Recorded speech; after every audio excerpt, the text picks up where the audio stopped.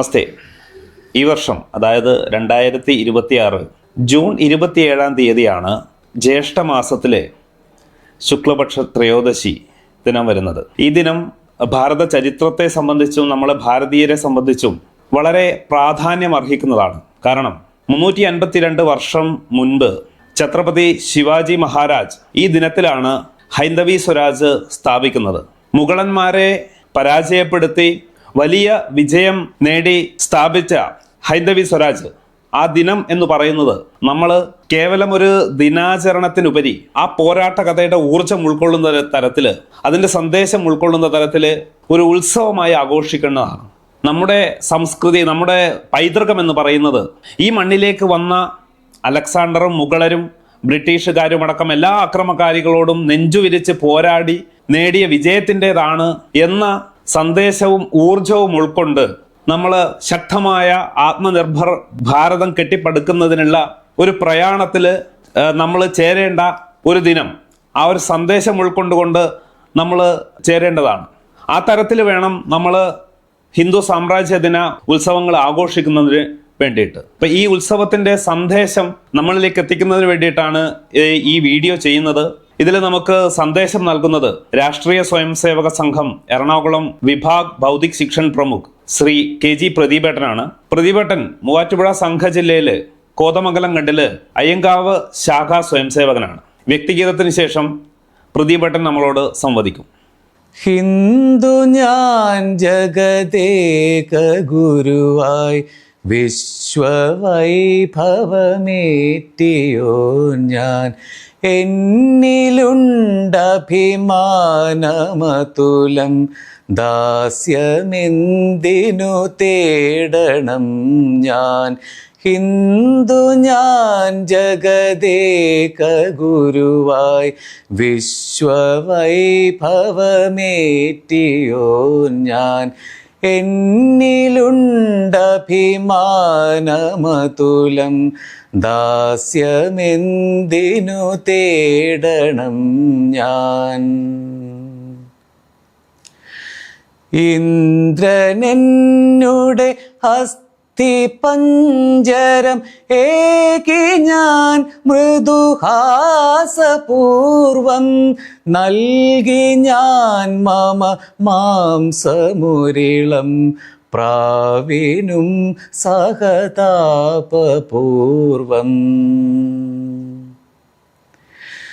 എത്ര തടവേ ജീവിതാഹുതി ഏകി ഞാൻ ജനസേവനാർത്ഥം, മഹിതമാമ കർമ്മമാർഗം കൈയൊഴിക്കണമെന്തിനീ ഞാൻ. ഹിന്ദു ഞാൻ ജഗദേക ഗുരുവായി വിശ്വവൈഭവമേറ്റിയോ ഞാൻ. പാരിലാശ്രയ ശൂന്യരായോർക്കെന്നുമൻ ഭവനം സ്വകീയം, പാലു പാമ്പിനു പോലുമരുളി സ്നേഹമയമൻ മാതൃഹൃദയം. സ്നേഹവായ്പിൻ കുളിരൊഴുക്കിൽ പാരിടം സുഖപൂർണമാക്കി, പുനരഹോ വിധ്വംസനത്തിൻ കുപഥമെന്തിനു തേടണം ഞാൻ. ഹിന്ദു ഞാൻ ജഗദേക ഗുരുവായി വിശ്വവൈഭവമേറ്റിയോ ഞാൻ. കാര്യമാം സുഖഭോഗമതുലം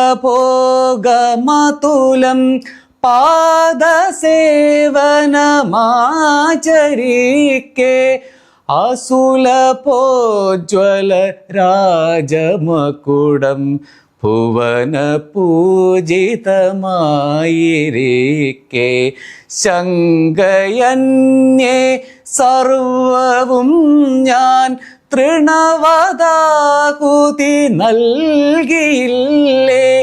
ഇനി വെറും നിസ്സാരമോഹ ചുഴിയിലെന്തിനു വീഴണം ഞാൻ. ഹിന്ദു ഞാൻ ജഗദേക ഗുരുവായി വിശ്വവൈഭവമേറ്റിയോ ഞാൻ. എന്നിലുണ്ടഭിമാനമതുലം ദാസ്യമെന്തിനു തേടണം ഞാൻ. ഹിന്ദു ഞാൻ ജഗദേക ഗുരുവായി വിശ്വവൈഭവമേറ്റിയോ ഞാൻ. വിശ്വവൈഭവമേറ്റിയോ ഞാൻ. ഏവർക്കും സാദര നമസ്കാരം. വീണ്ടും ഒരു ഹിന്ദു സാമ്രാജ്യ ദിനം സമാഗതമാവുകയാണ്. സംഘ പ്രവർത്തകരായ നമ്മളെ സംബന്ധിച്ചിടത്തോളം സംഘത്തിൻ്റെ ആദർശ പുരുഷനാണ് ഛത്രപതി വീര ശിവാജി. സംഘസ്ഥാപനത്തിൻ്റെ കാലഘട്ടത്തിൽ ഡോക്ടർ ജി സംഘസ്ഥാപനത്തെ തുടർന്ന് നിശിതമായ വിമർശനങ്ങൾ ഏറ്റുവാങ്ങേണ്ടി വന്നു. അദ്ദേഹത്തിൻ്റെ പല സുഹൃത്തുക്കളും തന്നെ സംഘം പോലൊരു പ്രസ്ഥാനത്തിൻ്റെ ആവശ്യകതയെ തന്നെ ചോദ്യം ചെയ്യുന്ന സാഹചര്യങ്ങളുണ്ടായിരുന്നു.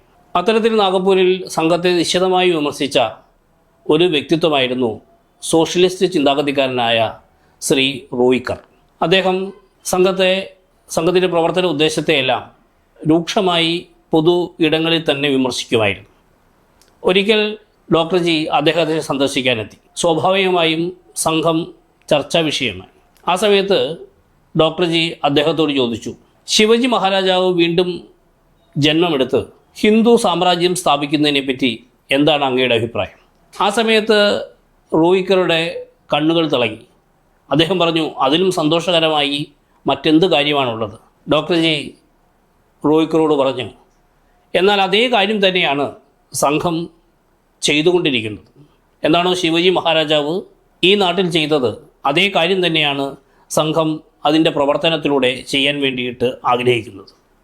നാം സാധാരണഗതിയിൽ പറയാറുണ്ട്, സംഘപ്രവർത്തനം വ്യക്തിനിഷ്ഠമല്ല തത്വനിഷ്ഠമാണ് എന്ന് പറയാറുണ്ട്. ഏതെങ്കിലും ഒരു വ്യക്തിയെ പിന്തുടരുകയല്ല സംഘം ചെയ്യാറ്.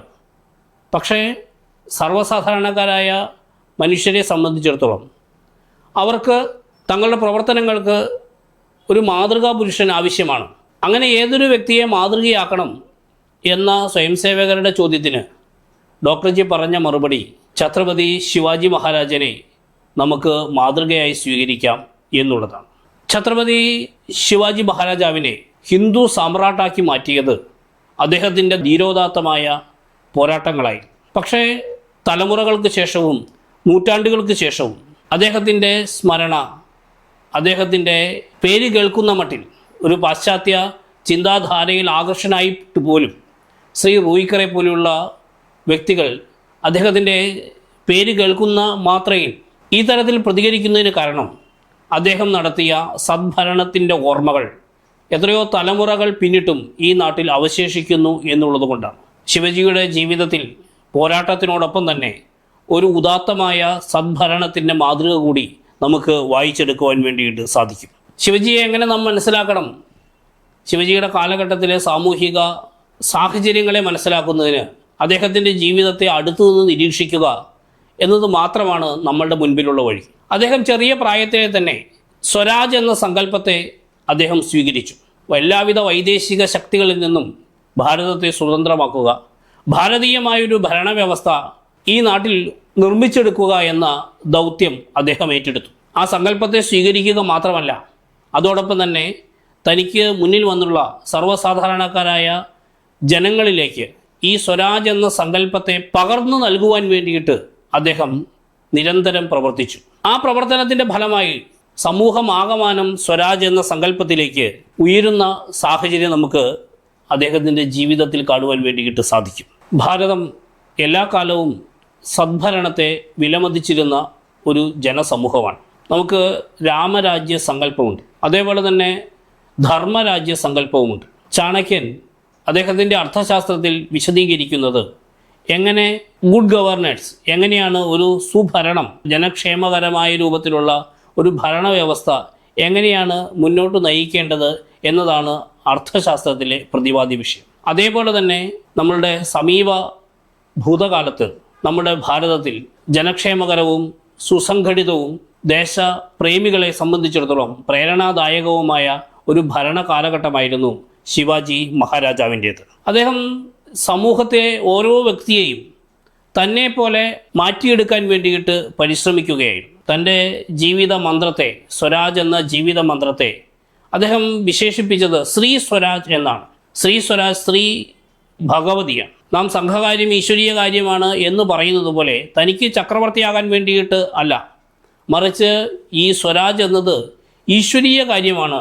അതുകൊണ്ട് നമ്മളെല്ലാവരും ഈ നാടിൻ്റെ ഭാഗധേയം നിർണ്ണയിക്കുന്നതിന് വേണ്ടിയിട്ട് ജീവിതം അതിനുവേണ്ടി മാറ്റിവെക്കുവാൻ വേണ്ടി തയ്യാറാകണം എന്ന സന്ദേശമാണ് അദ്ദേഹം പകർന്നു നൽകിയത്. മുഗൾ സൈന്യവുമായ യുദ്ധത്തിൻ്റെ ഒരു സമയത്ത് ചതിക്കപ്പെട്ട് ശിവാജി 4 മാസത്തോളം ആഗ്രയിലെ ജയിലിലായിരുന്നൊരു സാഹചര്യം ഉണ്ടായിരുന്നു. പക്ഷേ ആ സമയത്ത് ഒരു സമയത്തും ശിവാജിയുടെ സാമ്രാജ്യത്തിൽ ഒരു ആഭ്യന്തര ലഹള ഉണ്ടായില്ല. ആരും രാജാവിനെതിരായ പടനീക്കങ്ങൾ നടത്തിയില്ല.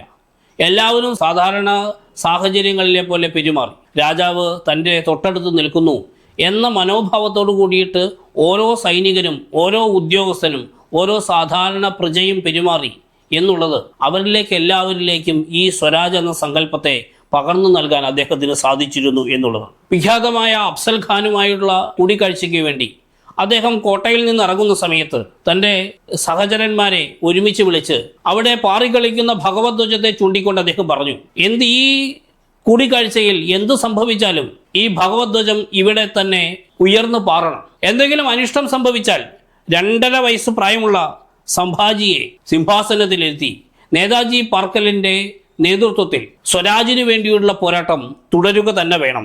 ഹിസ്റ്ററി ഓഫ് മറാത്താസ് എന്ന ഗ്രന്ഥമെഴുതിയ ജോസഫ് ഗ്രാൻഡ് ഡഫ് രേഖപ്പെടുത്തിയിരുന്നത് ശിവാജി നേടിയെടുത്ത കോട്ടകളോ അദ്ദേഹം സംഭരിച്ച സ്വത്തുവകകളോ ആയിരുന്നില്ല മുഗൾ സാമ്രാജ്യത്തിൻ്റെ തകർച്ചയ്ക്ക് കാരണമായത്. അദ്ദേഹം മറാത്തക്കാരിലുണ്ടാക്കിയ സ്വരാജ്യ ബോധമായിരുന്നു എന്ന് അദ്ദേഹം രേഖപ്പെടുത്തുന്നു. സ്വദേശികളും വിദേശികളുമായ 8ഓളം ശക്തികളുമായി ശിവാജി പടപൊരുതേണ്ടതായ സാഹചര്യം ഉണ്ടായിരുന്നു. പക്ഷേ എല്ലാവരോടും ഒരേ കാഴ്ചപ്പാടായിരുന്നില്ല അദ്ദേഹം സ്വീകരിച്ചത്. അദ്ദേഹത്തിന് വിദേശ ശക്തികൾ ആരാണ്, സ്വദേശ ശക്തികൾ ആരാണ് എന്നതിനെപ്പറ്റി തികഞ്ഞ ബോധ്യമുണ്ടായിരുന്നു. ബീജാപൂരിലെ സുൽത്താൻ ആദിൽ ഷാഹി, അതേപോലെ തന്നെ ഹൈദരാബാദിലെ സുൽത്താൻ കുത്തബ് ഷാഹിയും ഭാരതീയരായി തന്നെ മതം മാറിയ മുസ്ലിങ്ങളാണെന്നും, എന്നാൽ ഡൽഹിയിലെ ഔറംഗസേബ് അത് പേർഷ്യക്കാരനായ വിദേശിയാണ് എന്നും അദ്ദേഹത്തിന് തികഞ്ഞ ബോധ്യമുണ്ടായിരുന്നു. ബീജാപൂരുമായും ഹൈദരാബാദുമായിട്ടും പല സമയങ്ങളിലും സന്ധിയും സഖ്യങ്ങളും ഉണ്ടാവുകയും ഒരുമിച്ച് പൊതുശത്രുവിനെതിരെ പൊരുതുകയും എല്ലാം ചെയ്യുന്ന സമയത്തും ഒരു സമയത്ത് പോലും മുഗൾ സാമ്രാജ്യത്തിന് അനുകൂലമായി ഒരു വിരൽ ചലിപ്പിക്കാൻ പോലും ശിവാജി തയ്യാറാവുന്നുണ്ടായിരുന്നില്ല. അദ്ദേഹത്തിൻ്റെ സൈന്യം അദ്ദേഹം പടപൊരുതിയത് മുസ്ലിം ജനസമൂഹത്തിനെതിരായിരുന്നില്ല. അദ്ദേഹത്തിൻ്റെ പ്രധാനപ്പെട്ട ഭരണ സ്ഥാനങ്ങളിൽ പലതും വഹിച്ചിരുന്നത് സ്വരാജ്യ ചിന്താഗതിയുള്ള മുസ്ലിം സഹോദരങ്ങൾ തന്നെയായിരുന്നു. അദ്ദേഹം പടപൊരുതിയത് ഭാരതത്തെ ആക്രമിച്ചു കീഴടക്കാൻ വന്ന അധിനിവേശ ശക്തികളായ മുസ്ലിം രാജാക്കന്മാർക്ക് നേരെയായിരുന്നു. യുദ്ധത്തിലുണ്ടാകുന്ന പരാജയങ്ങൾ നിരാശ നിറഞ്ഞതാണെങ്കിലും ശിവാജിയുടെ പെരുമാറ്റം പലപ്പോഴും അത്ഭുതപ്പെടുത്തുന്നുണ്ടായിരുന്നു. നിരന്തരമായ പരാജയങ്ങൾക്കിടയിൽ ഒരു സമയത്ത് അദ്ദേഹം ശത്രുപാളയത്തിൽ, ജയസിംഹന്റെ പാളയത്തിൽ അകപ്പെട്ടുപോയ ഒരു സംഭവമുണ്ട്. അതിനെ പറ്റിയിട്ട് ഇറ്റാലിയൻ സൈനികൻ നിക്കോളാസ് മനൂച്ചി രേഖപ്പെടുത്തുന്നത്, ഏത് സമയത്ത് വേണമെങ്കിലും ശിവജി കൊല ചെയ്യപ്പെടാൻ പറ്റുന്ന ഒരു സാഹചര്യം ഉണ്ടായിരുന്നു. ശിവാജി നിരായുധനായിരുന്നു. അദ്ദേഹത്തോടൊപ്പം തൻ്റെ സഹപ്രവർത്തകരാരും തന്നെ ഉണ്ടായിരുന്നില്ല. അത്തരമൊരു സാഹചര്യത്തിൽ ഏതു സമയത്തും മരണത്തെ മുന്നിൽ കാണുന്ന സമയത്തും അദ്ദേഹം ഈ മനൂജിയുമായി സംസാരിച്ചത് തോക്കുകൾ ഉണ്ടാക്കുന്നതിനെ പറ്റിയിട്ടും വെടിയുണ്ടകൾ ഉണ്ടാക്കുന്നതിനെ പറ്റിയിട്ടും അത് എങ്ങനെയാണ് പ്രയോഗിക്കുന്നത് എന്ന കാര്യത്തെപ്പറ്റി കൂടുതൽ ആഴത്തിലുള്ള അറിവ് നേടുന്നതിന് വേണ്ടിയിട്ടായിരുന്നു ആ ഒരാഴ്ച കാലഘട്ടം അദ്ദേഹം ചെലവഴിച്ചത്. ആ മരണം മുന്നിൽ കാണുന്ന സമയത്തും നിർഭയതയോട് കൂടിയിട്ട്, ജിജ്ഞാസയോട് കൂടിയിട്ട് തൻ്റെ ഭാവിയെ കരുപ്പിടിപ്പിക്കാൻ വേണ്ടിയിട്ടുള്ള അദ്ദേഹത്തിൻ്റെ പരിശ്രമം ആ ലേഖകൻ അത്ഭുതത്തോടു കൂടിയിട്ട് തൻ്റെ ഗ്രന്ഥത്തിൽ വിവരിക്കുന്നുണ്ട്. സാമ്പത്തിക അച്ചടക്കത്തിന്റെ കാര്യത്തിൽ വളരെ സൂക്ഷ്മദൃക്കായ കാഴ്ചപ്പാടായിരുന്നു ശിവജിയുടെ. ഒരിക്കൽ കുതിരലായത്തിൽ കുതിരകളെ സന്ദർശിക്കുന്ന സമയത്ത് ഒരു കുതിരയ്ക്ക് അംഗവൈകല്യം വന്നതുകൊണ്ട് ആ കുതിരയെ വിൽക്കേണ്ടതായ സാഹചര്യമുണ്ട് എന്ന് കുതിരകളെ സൂക്ഷിക്കുന്നവർ ശിവജിയോട് അതിനുള്ള അനുവാദം ചോദിക്കുകയുണ്ടായി. കുറേ ദിവസങ്ങൾക്ക് ശേഷം ഈ കുതിരയെ സൂക്ഷിക്കുന്ന ആളെ കണ്ട സമയത്ത് ശിവജി അദ്ദേഹത്തോട് ചോദിച്ചത് ആ കുതിരയെ വിറ്റുവോ? അങ്ങനെ വിറ്റുകിട്ടിയ പണം സർക്കാർ ഖജനാവിലേക്ക് മുതൽ കൂട്ടിയോ? 1,00,000-ലധികം കുതിരകൾ സ്വന്തമായിട്ടുള്ള രാജാവ് ഒരു കുതിരയുടെ കാര്യത്തിനും ആ കുതിരയെ വിറ്റുകിട്ടിയ പണം കൃത്യമായി സർക്കാർ ഖജനാവിലെത്തിയോ എന്ന കാര്യത്തെ പറ്റിയിട്ടും വളരെ ബദ്ധശ്രദ്ധനായിരുന്നു. ഇത്തരത്തിലുള്ള ഒരു സാമ്പത്തിക നയമായിരുന്നു അദ്ദേഹം സ്വീകരിച്ചതെന്ന്. വളരെ സൂക്ഷ്മമായി കാര്യങ്ങളെ വിലയിരുത്തുകയും ആ കാര്യങ്ങളെ മുന്നോട്ട് കൊണ്ടുപോകാൻ വേണ്ടി ദീർഘദൃഷ്ടിയോട് കൂടിയിട്ട് ഈ രാജ്യത്തിൻ്റെ മുന്നേറ്റത്തിന് വേണ്ടിയിട്ട് ചെയ്യേണ്ടതായ പ്രവർത്തനങ്ങളെ അദ്ദേഹം ചെയ്തു വന്നിരുന്നു. അദ്ദേഹം തൻ്റെ രാജഭരണ കാലഘട്ടത്തിലാണ് തങ്ങളുടെ കുതിര ശക്തി വേണ്ടത്ര അളവിലില്ല, കൂടുതൽ സമയവും കൂടുതൽ വേഗതയിലും ഓടാൻ കഴിയുന്നത് അറബി കുതിരകൾക്കാണ് എന്ന് മനസ്സിലാക്കുകയും അദ്ദേഹം അറബി കുതിരകളെ വരുത്തി അതിനെ അത്തരത്തിൽ ശക്തിയുള്ള വേഗതയുള്ള കുതിരകളെ തങ്ങളുടെ പട്ടാളത്തിന് തൻ്റെ സേനയ്ക്ക് മുതൽക്കൂട്ടാവാൻ വേണ്ടിയിട്ടുള്ള വലിയ ശ്രദ്ധയോടുകൂടി പെരുമാറി. അദ്ദേഹത്തിൻ്റെ മരണസമയത്ത് 50,000-ലധികം അറബി കുതിരകൾ അദ്ദേഹത്തിന്റെ സൈന്യത്തിലുണ്ടായിരുന്നു എന്നാണ് രേഖപ്പെടുത്തപ്പെട്ടത്. യുദ്ധത്തിനോടൊപ്പം തന്നെ സമാധാനത്തിന്റെ സാഹചര്യത്തിലും ഈ രാജ്യത്തിന്റെ മുന്നേറ്റത്തിനു വേണ്ടി അദ്ദേഹം നിരന്തരമായി പരിശ്രമിച്ചു. അദ്ദേഹത്തിന്റെ പൊതുജീവിതം 36 വർഷമായിരുന്നു. ആ 36 വർഷത്തിൽ 6 വർഷക്കാലം മാത്രമാണ് അദ്ദേഹം നമ്മളെല്ലാവരും കേട്ട് പരിചയിച്ച വിഖ്യാതമായ പടയോട്ടങ്ങൾ നടത്തിയത്. ബാക്കി 30 വർഷവും അദ്ദേഹം സുസംഘടിതമായ ഒരു പ്രജാക്ഷേമ തൽപരനായ രാജാവായി ഭരണാധികാരിയായി പ്രവർത്തിക്കുകയായിരുന്നു. സമാധാന കാലഘട്ടങ്ങളിലെല്ലാം തൻ്റെ സൈനികരെ കൃഷി ചെയ്യുവാൻ വേണ്ടി അദ്ദേഹം പ്രേരിപ്പിച്ചിരുന്നു. രാജ്യത്തെ കൃഷി അടിസ്ഥാനപരമായി സമൂഹത്തിന്റെ മുന്നേറ്റത്തിന് അനിവാര്യമാണ് എന്ന് മനസ്സിലാക്കുകയും കർഷകരെ പ്രോത്സാഹിപ്പിക്കുകയും ആ കാലഘട്ടത്തിൽ തന്നെ ചെറിയ അണക്കെട്ടുകൾ നിർമ്മിച്ച് ആ അണക്കെട്ടുകളിലെ വെള്ളം ഉപയോഗിച്ച് ജലസേചനം ഉറപ്പുവരുത്തിക്കൊണ്ട് കാലാവസ്ഥാ വ്യതിയാനങ്ങളെ അതിജീവിച്ചും തൻ്റെ രാജ്യം ഫലഭൂയിഷ്ഠമാകുവാൻ വേണ്ടിയിട്ട് സസ്യസമൃദ്ധമാകുവാൻ വേണ്ടിയിട്ട് അദ്ദേഹം പരിശ്രമിച്ചിരുന്നു. ഗ്രാമങ്ങൾ തോറും നിരീക്ഷണ സമിതികൾ ഉണ്ടാക്കി വിളവിനനുസരിച്ച് കരമെടുക്കുവാൻ ഉള്ള സംവിധാനം അദ്ദേഹം ഏർപ്പെടുത്തിയിരുന്നു. ഏതെങ്കിലും വിധത്തിൽ കാലാവസ്ഥാ വ്യതിയാനമോ യുദ്ധമോ മറ്റേതെങ്കിലും വിധത്തിൽ വിള നഷ്ടം വന്നാൽ ആ വിള നഷ്ടത്തിന് നഷ്ടപരിഹാരം നൽകുവാൻ രാജഭണ്ഡാരത്തിൽ നിന്ന് നഷ്ടപരിഹാരം നൽകുവാനുള്ള വ്യവസ്ഥ അദ്ദേഹം ഏർപ്പെടുത്തിയിരുന്നു. ആ നഷ്ടപരിഹാരം പോലും പണമായിട്ടല്ല, മറിച്ച് വീണ്ടും കൃഷി ഇറക്കുന്നതിന് വേണ്ടിയിട്ടുള്ള ഉപകരണങ്ങളായിട്ട്, വിത്തായിട്ട്, എല്ലാമായിട്ട് നൽകുവാൻ വേണ്ടിയിട്ടുള്ള ശ്രദ്ധ അദ്ദേഹം നൽകിയിരുന്നു. സൗജന്യമായി നൽകുന്ന ധനം അത് ജനങ്ങളിൽ അകർമ്മണ്യത ഉണ്ടാക്കും എന്നായിരുന്നു അദ്ദേഹം സൂചിപ്പിച്ചിരുന്നത്.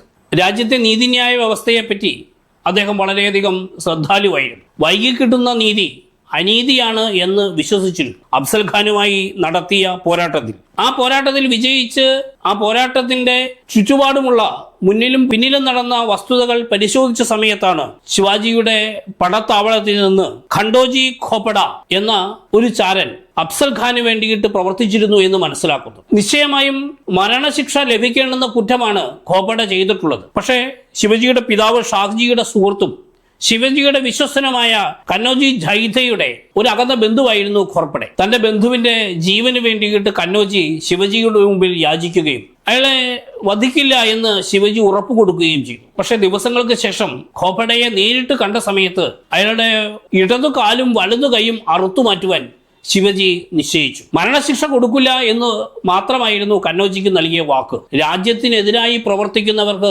നൽകുന്ന മാപ്പ്, സമൂഹത്തിൽ നൽകുന്ന സന്ദേശം അത് നിശ്ചയമായും അപകടകരമായിരിക്കും എന്ന് ശിവജിക്ക് തികഞ്ഞ ബോധ്യമുണ്ടായിരുന്നു. ഭാഷയും സംസ്കാരത്തെ പറ്റിയും അദ്ദേഹം വലിയ ശ്രദ്ധാലുവായിരുന്നു. ഭരണഭാഷ അന്നത്തെ കാലഘട്ടത്തിൽ നിരന്തരമായ മുസ്ലിം ആക്രമണങ്ങളുടെ സാഹചര്യം അറബി, പേർഷ്യൻ വാക്കുകളായിരുന്നു രാജഭരണത്തിന് വേണ്ടിയിട്ട് പരമ്പരാഗതമായി ഉപയോഗിച്ചു വന്നത്. ശിവജി ഭരണത്തിലെത്തിയ ഉടനെ തന്നെ ആ വാക്കുകളെയെല്ലാം മറാത്തയിലേക്കും സംസ്കൃതത്തിലേക്കും മാറ്റിക്കൊണ്ട് ഒരു പുതിയ ഭരണഭാഷാ നിഘണ്ടു, 1400 വാക്കുകൾ ഉള്ള ഒരു ഭരണഭാഷാ നിഘണ്ടു അദ്ദേഹം പുറത്തിറക്കി. 1680 ശിവജി സ്വർഗസ്ഥനായെങ്കിലും ശിവജി മരണപ്പെട്ട വിവരമറിഞ്ഞ് ഉടനെ ഔറംഗസേബ് ശിവജിയുടെ സാമ്രാജ്യം കീഴടക്കുന്നതിന് വേണ്ടിയിട്ട് തൻ്റെ വലിയ പട്ടാളവുമായി, വലിയ സൈന്യവുമായി മറാത്തയെ ആക്രമിച്ചു. നീണ്ട 27 വർഷമാണ് ശിവജിയുടെ നിര്യാണത്തിന് ശേഷവും ഔറംഗസേബ് മറാത്തയിൽ യുദ്ധം നടത്തിയത്. പക്ഷേ ആ യുദ്ധത്തിനിടയിൽ അദ്ദേഹം മരണപ്പെട്ടു എന്നുള്ളതല്ലാതെ മറാത്തയെ കീഴടക്കുവാൻ അദ്ദേഹത്തിന് സാധിച്ചിരുന്നില്ല. കാരണം ശിവാജിയുടെ നിര്യാണത്തോടു കൂടിയിട്ട് ഹിന്ദു സാമ്രാജ്യം അസ്തമിക്കുകയായിരുന്നില്ല ചെയ്തത്. പിന്നീടും തലമുറകളോളം ആ സാമ്രാജ്യം നിലനിന്നു.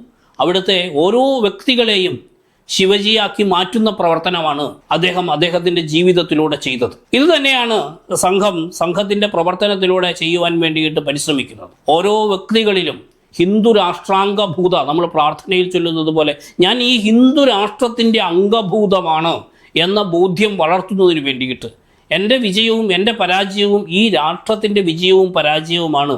അതുകൊണ്ട് തന്നെ ഞാൻ പ്രവർത്തിക്കേണ്ടത് ഈ രാഷ്ട്രത്തിൻ്റെ മുന്നേറ്റത്തിന് വേണ്ടിയിട്ടാണ് എന്ന ബോധ്യം സമൂഹത്തിന് പകർന്നു കൊടുക്കുന്നതിന് വേണ്ടിയിട്ടാണ് സംഘം അതിൻ്റെ നിരന്തരമായ പ്രവർത്തനം മുന്നോട്ട് കൊണ്ടുപോകുന്നത്. ഇന്നത്തെ കാലഘട്ടത്തിൽ നാം ഇപ്പോൾ നമ്മൾ കേൾക്കുന്ന വാർത്തകൾ, ശിവജിയുടെ പൂർണ്ണകായ പ്രതിമ ഇസ്രയേൽ നിർമ്മിക്കുന്നു, ഇസ്രയേലിൽ സ്ഥാപിക്കുന്നു എന്ന് തുടങ്ങിയ വാർത്തകൾ നമ്മൾ കേൾക്കുന്നുണ്ട്. നമ്മളുടെ സാഹചര്യത്തിൽ, വിശേഷിച്ചും കേരളത്തിലെങ്കിലും, ശിവജിയെ നമ്മൾ എങ്ങനെ പഠിക്കപ്പെട്ടു എന്ന് നാം ചിന്തിക്കേണ്ടുന്ന ഒരു സാഹചര്യമാണ്. ഇത്രയും ധീരദേശാഭിമാനിയായ, ഉത്കൃഷ്ടമായ രൂപത്തിൽ ഭരണം നടത്തിയ ഭരണകർത്താവായ ശിവജിയെ കേരളീയ സമൂഹത്തെ പരിചയപ്പെടുത്തുവാൻ നമ്മളുടെ പാഠ്യപദ്ധതികൾക്ക് ഇന്നേ വരെ സാധിച്ചിട്ടില്ല എന്ന യാഥാർത്ഥ്യം നമ്മുടെ കൺമുമ്പിൽ നിൽക്കുകയാണ്. മലയാളത്തിൻ്റെ മഹാകവി വള്ളത്തോൾ നാരായണ മേനോൻ അദ്ദേഹത്തിൻ്റെ പ്രസിദ്ധമായ കവിത കാട്ടലിയുടെ കത്തിൽ അതിനെ ഉപസംഹരിക്കുന്നത് ഇങ്ങനെയാണ്. ശിവജിയെ പറ്റി പറഞ്ഞ്, ശിവജി അന്നത്തെ കാലഘട്ടത്തിൽ രാജ ജയസിംഹൻ എഴുതിയ കത്തിനെ കവിതാ രൂപത്തിലാക്കിയ ആ വിഖ്യാത കവിത അദ്ദേഹം ഉപസംഹരിക്കുന്നത് ഇങ്ങനെയാണ്. വാരിത്തേപ്പതസൂയ സച്ചരിതമേ നിന്മേൽ അഴുക്കെങ്കിലും നേരിൻ കൈകൾ ഒരിക്കലി കരി തുടച്ചെല്ലാം വെടുപ്പാക്കിടും. അസൂയ പൂണ്ടവർ, ശിവാജിയുടെ മേൽ അസൂയ പൂണ്ടവർ അദ്ദേഹത്തിൻ്റെ മേൽ അഴുക്കു പുരട്ടിക്കൊണ്ട് ശിവാജിയെ തമസ്കരിക്കുവാനുള്ള പരിശ്രമങ്ങൾ നടത്തുന്നുവെങ്കിലും നേരിൻ്റെ കൈകൾ, സത്യത്തിൻ്റെ കൈകൾ ആ കരിയെല്ലാം തുടച്ചു മാറ്റുന്ന ഒരു നാൾ വരും. ദീർഘദർശിയായ, ക്രാന്തദർശിയായ ആ കവിയുടെ വാക്കുകൾ അന്വർത്ഥമാകട്ടെ. ഇന്നത്തെ പുതിയ കാലഘട്ടത്തിൽ, പുതിയ സാമൂഹിക സാഹചര്യത്തിൽ, ഈ ദേശബോധത്തിൻ്റെ, ദേശാഭിമാനത്തിൻ്റെ പുതിയ കാലഘട്ടങ്ങളിൽ നമുക്ക് ശിവജിയെ മുന്നിൽ നിർത്തിക്കൊണ്ട്, ശിവജിയെ മാതൃകയാക്കിക്കൊണ്ടുള്ള ഒരു സമൂഹ സൃഷ്ടിക്ക് വേണ്ടിയിട്ട് അനവരതം പ്രവർത്തിക്കാം. നമസ്തേ.